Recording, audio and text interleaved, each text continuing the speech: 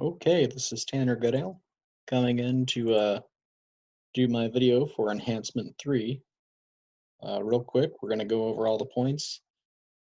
So we'll just jump right in. Here's the website. I do have a dynamic navigation bar set up right now. As you can see, I don't have the Home tab automatically highlighted. I'm going to have to go through and redo part of the CSS to make that occur since the dynamic nav bar took that away. So dynamic navbar is all good and activated. We can see that, oh goodness, it's a whole mess. Through the index.php, which is our Acme controller, we have that all set up through nav list. And then the nav list is actually generated in my header since I have my navigation generate through header.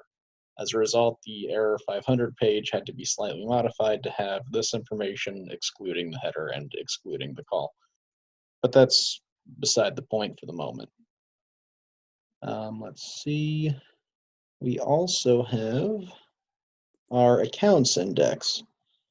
And as you can see, it checks for post or get input methods, filters the input, and checks the action call, which is tied to the links. If it's a login action, then it loads the login.php view. If it says registration, it loads the registration.php view. So in our login page, which you can click by clicking the My Accounts at Home, I'll demonstrate all of this in a little bit. As you can see, it's just a simple form. It asks for email and password, and then there's a submit button that doesn't do anything currently, but in the future it will.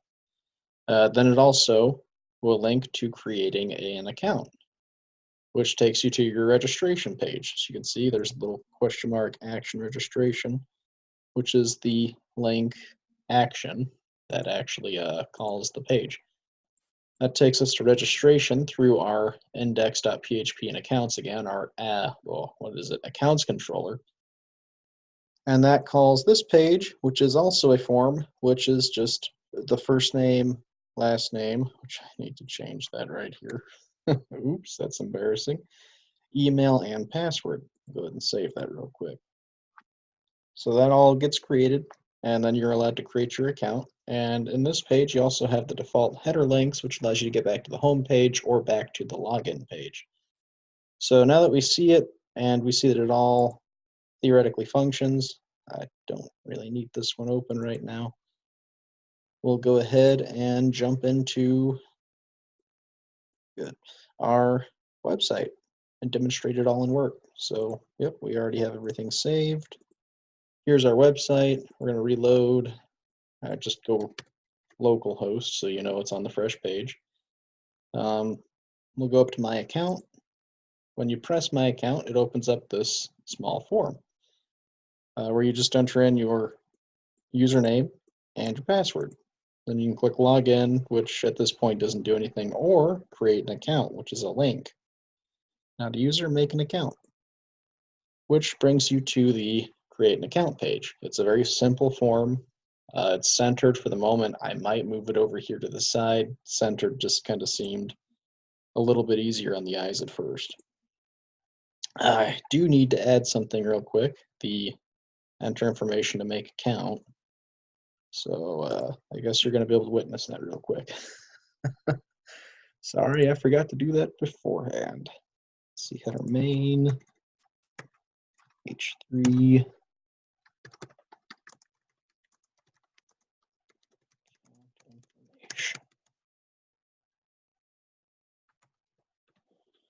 H3, save, reload page. There we go. Please enter your account information. And there we have it. So that's how it looks on desktop, especially my oversized desktop view, which messes everything up.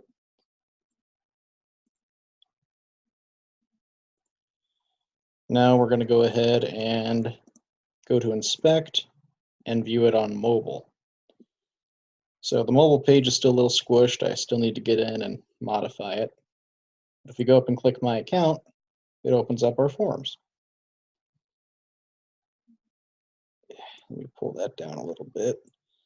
So as you can see, the forms are upsized. That way you're actually able to see and tap the buttons easily on a smaller screen. We click Create Account. It takes us over here. We have our filler information, all of that. And there you have it. This is the Create Account page. We'll go back to Account. We'll go back to the Home page. Mobile still needs a little tender love and care, but it's getting there. Looks great in the iPhone Plus.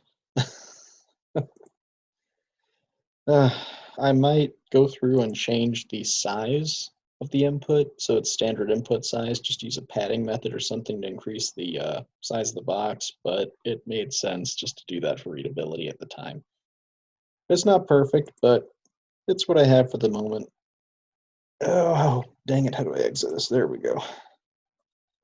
So now I'm going to go ahead and validate everything. Go up here, validate local CSS. As you can see, there's no errors found in the local CSS. Now we're going to validate the HTML. So on the home page, again, validate local HTML just to make sure nothing got messed up. Document checking completed, no errors or warnings to show. Perfect. Go to the My Account login page. We will check our local HTML here. Document checking completed, no errors or warnings to show. And finally, the Create an Account page. Validate local HTML. And once more, no errors found. So there you have it. The Acme homepage still needs a little bit of a style adjustment. Gonna have to go through and find a way to make that tab pop back up. But besides that, the back end is functioning. It all works through the controller. None of them are directly linked in the pages. You can see the action call up here. Might need to change the capital to go to lowercase for action, but don't know, because when we had our dynamic navigation, if I can find where that was, index.php, you'll notice that it just calls the category name and that the category names are actually stored in uppercase in the front. Now that may have just been for readability or for style purposes, but that's besides the point. So that's the whole page. Here's the code for the index. Here's the code for the accounts controller. And that's pretty much it. I hope you guys enjoyed, whoever's watching this. And have a good one. Bye.